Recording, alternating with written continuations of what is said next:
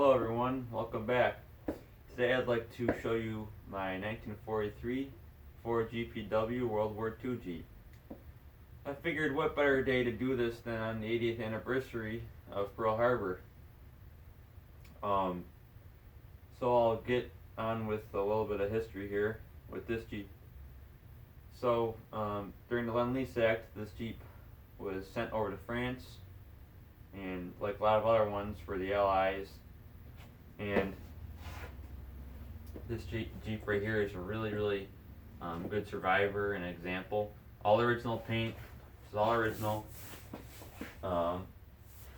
And this Jeep was rebuilt by Hotchkiss, and let me double check to make sure I'm getting all this information right, in 1968. So this Jeep right here is rebuilt by Hotchkiss, 1968. Hotchkiss rebuilt the World War II Jeeps, both GPWs and MBs, during the years from 1957 until 1969, I think. And they rebuilt them for their own army, the French army. And after the French army got new Hotchkiss actually started building their own Jeep-like vehicles. I forgot the name of them. They're very similar to the Willys MBs and Ford GPWs that they were making. Very similar. But really they weren't similar at all, mechanically. So, after the French Army was done using these Jeeps, after, they'd gotten a grant and started making their own Army vehicles, tactical vehicles, they were actually in the middle of rebuilding some of these Jeeps. And so they halted production, built the rest of the ones that they're in the middle of rebuilding, and then sold them. They sold them. And civilians could actually own these now. Just like what happens in the U.S., when a lot of the AM Generals and stuff like the AM General Humvees and stuff come on the market. That's the same deal with what happened with these, is that you had these nice rebuilt Jeeps, and some of them are still in their original paint. They didn't change into sheet metal or tubs. This right here is a tub, for those who don't know. They left the tubs original on some of them, and the fenders and the hoods and the cowl with the windshield.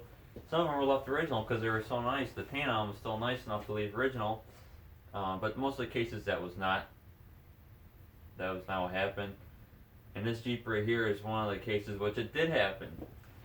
And so at the end of the war, this went to Germany. This Jeep right here went to Germany. Or at the end of the war? Oh my goodness, guys. Sorry. Ooh. I don't know if this exhaust fume's in here or something. This is like take 5 or something. Anyways. So, after this was rebuilt, it went to Germany and was used by the driving schools. That's what Fahrschule means. It's driving school. And this was used by the driving school. And this Jeep actually had a brake and accelerator and a clutch all on the one side here for the assistant, because you had a driver here and they worked everything like normal, and then you had an assistant here that sat right where this box is. This box full of M38A seat cushions. For whatever reason, we got M38A seat cushions sitting here. I don't know why, but we do. And that's where that assistant would be. Which is pretty cool. We got those at my grandfather's garage right now. Because this Jeep has been in the middle of a mechanical overhaul for a very long time. I want to get this puppy back on the road so bad. But anyways, so I'm getting off topic. Holy camoly. Where was I? I was talking about oh, that's right. I was talking about this being a driving school Jeep. Duh. And so after that, this Jeep and its sister Jeep, there's another one at the same driving school. They were both rebuilt in 1968. There was this Jeep and another one. The other one was almost identical to this one. The other one was an MB though. This one's a GPW, and so they both came to the United States together because a collector in the 1980s, he had them sent to Grand Island, New York. That's where he lived, Grand Island. And my grandfather knew this gentleman, and he was a collector. He was part of the what is it? The Military Vehicle Preservation Association. That's right. And so when my grandfather met him, he said, "Yeah, I got one. And so he had these two Jeeps in his garage. He had a two-bay garage, and these two Jeeps were in there. And when he passed away, another gentleman bought the sister Jeep to this one, got it running almost immediately. My grandfather bought this one, and it's kind of been sitting here. And here's something that's really cool. I gotta show you guys a picture of this someday. But we had a picture of this Jeep sitting on my grandfather's front lawn next to the sister Jeep when that was running. So you got these two, they kind of reunited after years of being apart. But you know, it's just cool. They were together all their lives, all their existence. What am I saying? Anyways, so this old GPW's got some interesting information. I'll show you some of the data tags just to prove I'm not fibbing about it being a French Hotchkiss Jeep. This Jeep is really interesting. So I'll take you guys off the tripod there, and I'll show you around this Jeep a little bit as best I can. Because as you can see, we got Jeep parts here, there, everywhere. Don't run out of space here. So I'll show you guys around. Alright. So, I know I tried to show you guys the hood here. Let me unlatch the hood. And the thing's heavy. You can see there's a spare engine. This is not the original engine. The original engine is at my buddy's shop. He's doing all the machine work and he's rebuilding it. Because I just don't have time to do that. And great, I'm caught on the hood latch. Crap. Oh man, I'm batting 1,000 today, guys. I really am. Oh. I really am. Okay. There you go, fire and fuel. Let me show you guys the tags. You can see there's the date, and we'll go down here. Look at that, Ford GPW. I don't understand the rest because it's all in French. I'm sure someone else can translate this or something.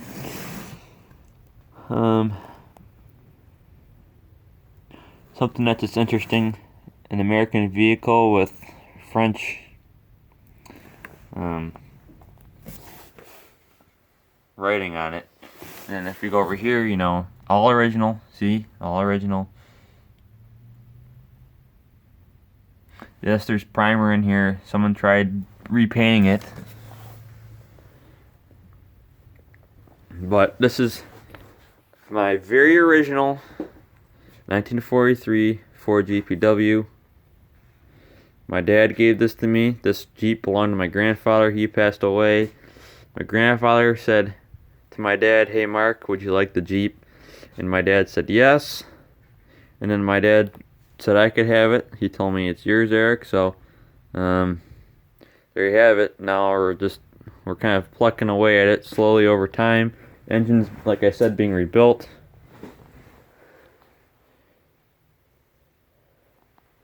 Let's take a look at the blackout light. That's a really cool blackout light. Hang on. Here's the blackout light here. And then here's the other side of the Jeep here. I'll go back around. Here's the little storage boxes here. So we'll get these open. Oh, look at that. They're not even bolted down. How nice is that? Here we go.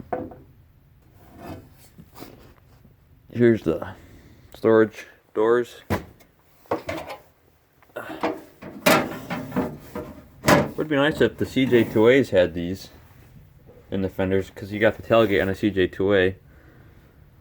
Oh yes, and the grill is in this box too, in case you're wondering. The grill is in this box.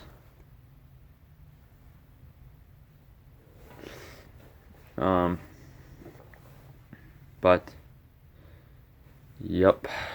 Yepers. Alright. Here's a quick look at the Jeep. I promise you folks, we will have this Jeep outside so you get to take a better look at it. Oh, I did not plan this video out very good. This is like my 5th take on this video.